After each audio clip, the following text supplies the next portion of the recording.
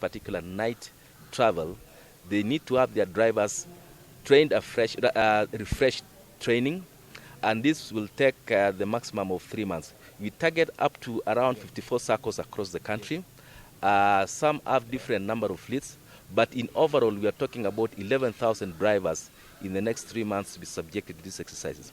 This is quite important because, as I said before, driver training is very important.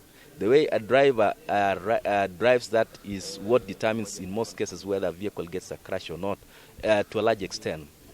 NTSA, working with partners and number of stakeholders in the last 1 year or so, developed a new curriculum.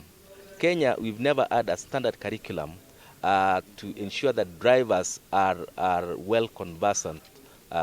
So much so that you'll see that drivers coming from, say, driving school A is different from drivers coming from another driving school. So to standardize the way drivers are trained, what we came up with is a standardized curriculum for different categories, from the smaller vehicle, from even the motorcycle, all the way to the articulated vehicles. And we've categorized quite well, depending on the class of the vehicle you'd want to drive. Then that determines the content and the time upon which you're supposed to be trained. And the driving itself is divided into two. We have the theory part, which involves the classwork, and the practical part, which involves outdoor kind of activities. This is done, and we've even standardized the time for each of these activities, whereby we are saying that one activity, for example, takes 2 hours, and it is standard across board for a particular class or category of drivers.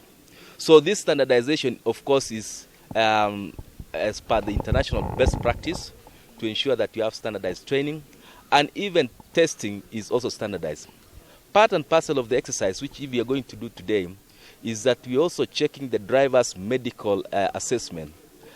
You may know that different medical condition predisposes drivers to different challenges as they drive. And some challenges, if they become so gross that they cannot be corrected, then we advise as a regulator that you cannot be licensed. But largely speaking, if you realize that you have probably, say, an eye condition or a ear condition which is correctable, then that needs to be first be identified it exists, and then two, it needs to be corrected so that subsequently you get this, the driving license to ferry people. So that's why we are here today. It's a very important exercise. It's the beginning of the implementation of the new curriculum, so that we ensure. We have a number of schools which are going to offer this, technical colleges, including the one we are having here, and it's spread nationally. And we believe that in the next 3 months we should have drivers who are doing night travel, long distance, will be refreshed by use of the new curriculum. So that is basically why we are here today.